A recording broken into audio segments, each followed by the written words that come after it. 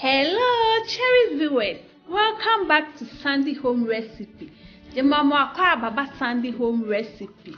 Sending day di kan a wo hwe video mema rempi so be subscribe na wa share na wa like na wa throw comment afen so na wa mia notification bell no say the video bia beto wa wo sabeka ene be Ghana salad enti we ye niam na ye be use da ye Ghana salad no first with the vinegar begu ensuo ma uni vinegar betime de enchen ede egu ensuo ade esi wo no wa twitwa wo carrot ne nketwa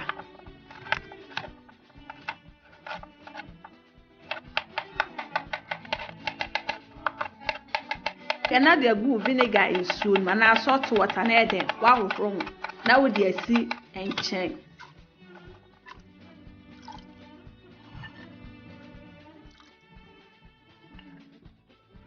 nti ne watwitwa wo jene size a open na we dem wo betwitwa wo twitwa wo jene ni wie a na no so wo de asi nchen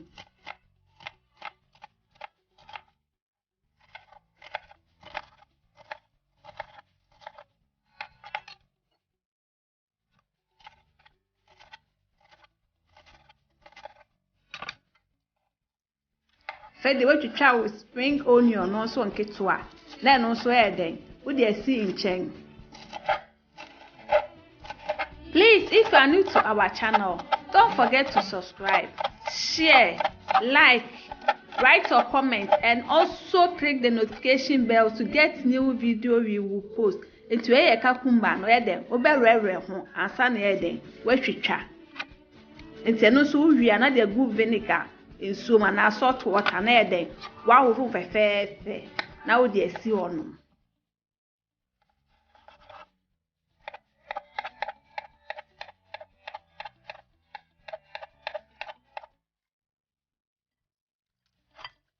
yempese ensuo ebe tae salad no eti na ye de strain na ye de strain ensuo na ye de afi wo nti wo wi anu watwitwa wo toast no fresh tomatoes we yi maba nyina asa na ye de watwitwa ayi salad ye salad bi ahodi wo mu pa afi so eye de very rich nti wo twitwa wo toast no so wi a na no so ye de wo de asi wo no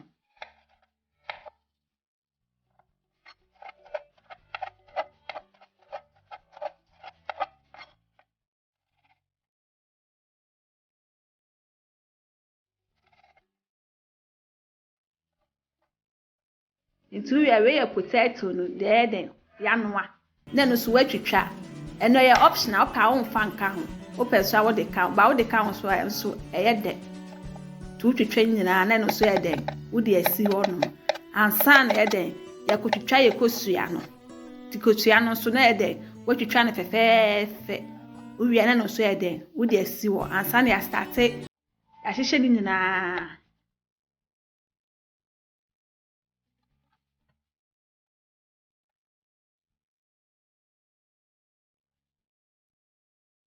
into a salad leaf no nti eden obetete na wo de agu salt water ma na vinegar de open no na eden wo de agu nti wo titi wi na afede wo de machine eden echi hu nsuo ni nyina se de nsuo ni kotai salad no nti we na bebua ya ma nsuo na ewa ho ni nyina be free ho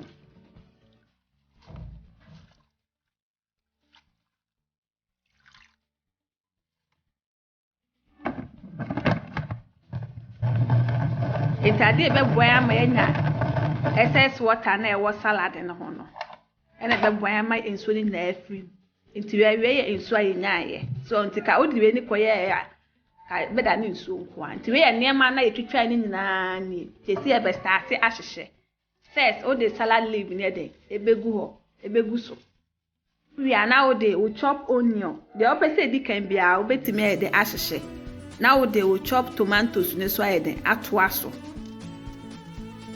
nti wo wi na wo de carrot no so ede aka ho ansa na wo de spring onion no so ede egugu so na fe de cucumber no so ede atoa so etu wa sta be so hihye wo de no so obetima ne saa nti wi na de little vinegar ede apete so na salt na wo de a potato na yetwitwa no so ede agusi potato no yanoa Nti now the we can beef na eden egu so. Ene wo Tonno no. That's tuna na eden. Aka ho. Nti we are now the baked beans na eden. Aka ho egugu so. Ansa na wo the ukosua na eden atoto so. Nti we are now the mayonnaise na so eden ato aso. Watete eden egu so. Now the ketchup no so eden aka ho. Na afi de waba second one no. Na no so wo de eden wo de salad na eden. I start egu esro. Said the way I said that I also na obey esro eden. No. Please, if you are new to our channel, don't forget to subscribe, share, like, and also click the notification bell to get new video we post. Send any day a big kind share your video. Remember when you subscribe. Now I share. Now I like it. After no I throw comment. When me notification bell no. See the video bia beto wa on side den ebeka. Nti na egusu e den no. To toast ni edi gugu esro no.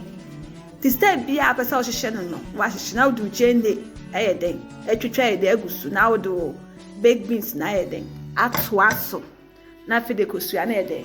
Wo de atoto so. Na wo de Tonno no na o can beef na den. Aka ho.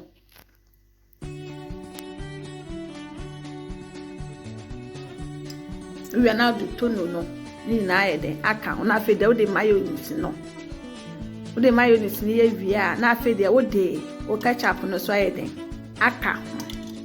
It's a salad we salad bia wo di ba kwa be di mienu jai eye de pa afi so amodi wo mbai many ni too much because of mayonnaise ni we no. It we no wakata so. Now they akoshe fridge mo for 1 to 2 hours. So the shemu say ma taste ni ba mu more. Change say at once on na ubedi. Say after 1 or 2 hours na fe there then what say.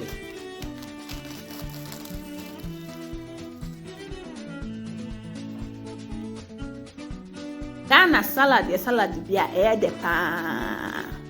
Very rich. And I feel so. And what didn't so then a woman. But I wouldn't make because of mayonnaise. Now this our Ghanaian salad. Please like this video and subscribe to our channel. Thank you so much for watching.